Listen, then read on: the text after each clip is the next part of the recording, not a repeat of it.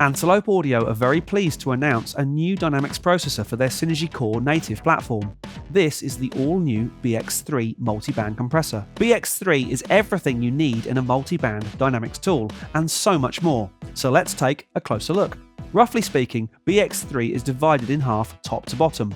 The top half is our multifunction display, and the bottom half is where we take control.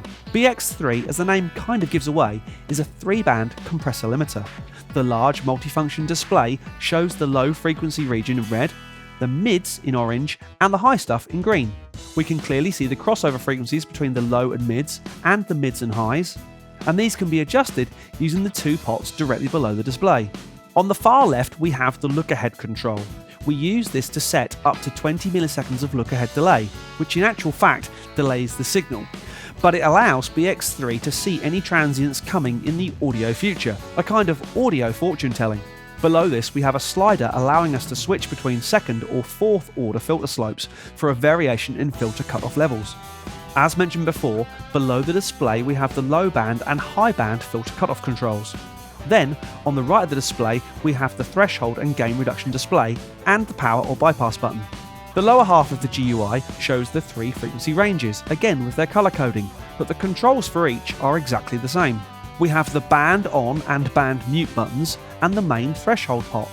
As you'd expect, the threshold sets the level above which BX3 considers the signal to be too high and starts to apply compression. The lower the threshold, the more compression will be applied. We then have the input gain, the attack time, the release time, and the output gain.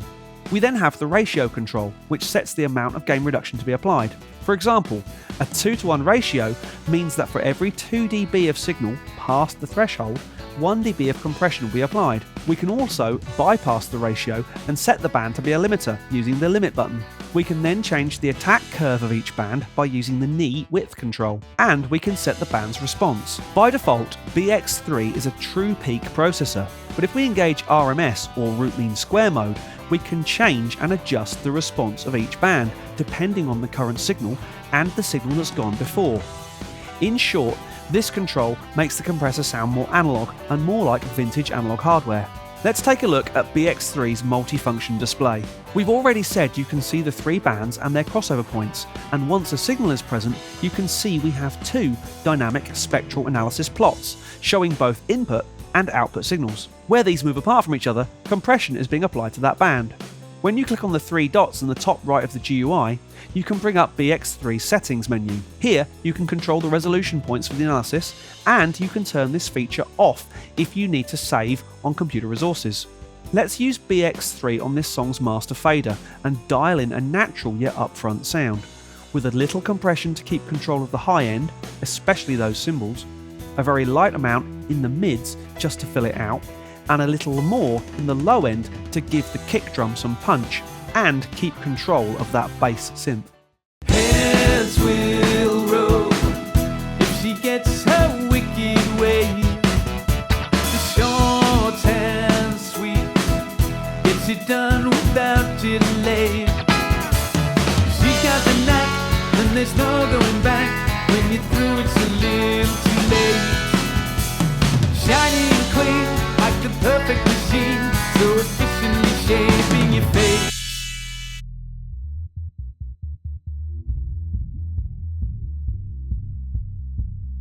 You will be down on your knees when she's leaving you speechless.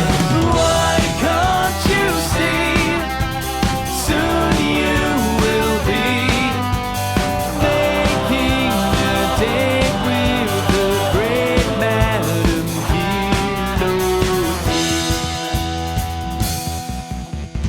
Holding courts where the people flock to see, seen by some as revolutionary.